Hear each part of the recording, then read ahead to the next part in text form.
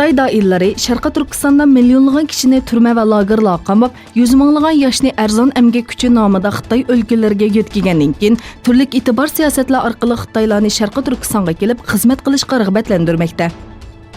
Turkiston vaqti to'rining xabar qilishicha, Xitoy doiralari chiqargan bir uqtirishda Xitoyning xohlagan yeridan Xotan viloyatiga fidoyi bo'lib kelganlarning ishga o'rlashtirilganligi, uy berilganligi, magistrlik o'qimoqchi bo'lsa, butun chiqimlarni davlat ko'taradiganligi, shundaqla ijtimoiy farovonlik sug'urtasidan bahramon bo'la oladiganligini va'da qilgan.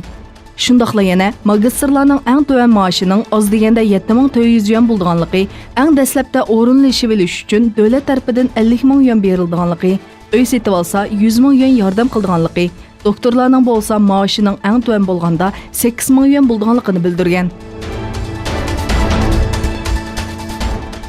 Sharqi Turkistondagi bostirish harakatlari va jazo lagerlari bilan dunyo kun tartibidan tushmayotgan Xitoy g'ayri rasmiy ma'lumotlarga asoslanganda 2018-yili 1000 ga yaqin o'lim jazosi ijro qilgan. Xalqaro kechirim tashkiloti dunyo miqyosida o'lim jazosining 3/1 qismi azalganligini va 10 yildan ko'proq vaqtdan buyon eng tuvan saviyaga tushganligini e'lon qildi.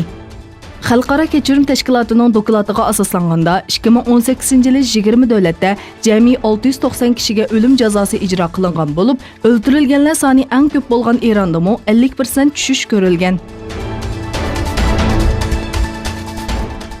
Sudandagi harbiy o'zgarishdan keyin davlat raisi Ömer al-Bashir iste'fo berib qo'lga ilingan edi. Arqa-arqadan yuz berayotgan bu ishlardan keyin Sudan mudofaa ministri va vaqtliq harbiy komitetining raisi Awad bin Auf iste'fo berganligini e'lon qildi. Aljeriyada Abdulaziz Bouteflikaning iste'fosidan keyin vazifaga o'ltirgan Abduqodir bin Solihning 4-iyul saylam o'tkazilganligini e'lon qilishiga qaramasdan 8-haftasida 100 minglagan kishi qatnashgan namoyishlar davomlashdi.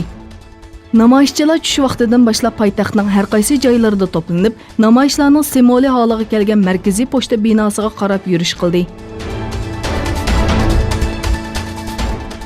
Fransiya tashqi ishlar ministri Van der Muhil Isroiliya doiralarining Iordan daryosining g'arbiy qirg'oqidagi o'xshash bo'lmagan joylardagi Yahudi o'ltiraq rayonlarga 2800 yangi bino selish qarorini tanqid qildi. 1967-yili Isroiliya tarafidan ishg'ol qilingan g'arbiy qirg'oq rayonida 250 ga yaqin qonunsiz Yahudi o'ltiraq rayoni bor bo'lib, 40 mingdan ortiq Yahudi yashaydi.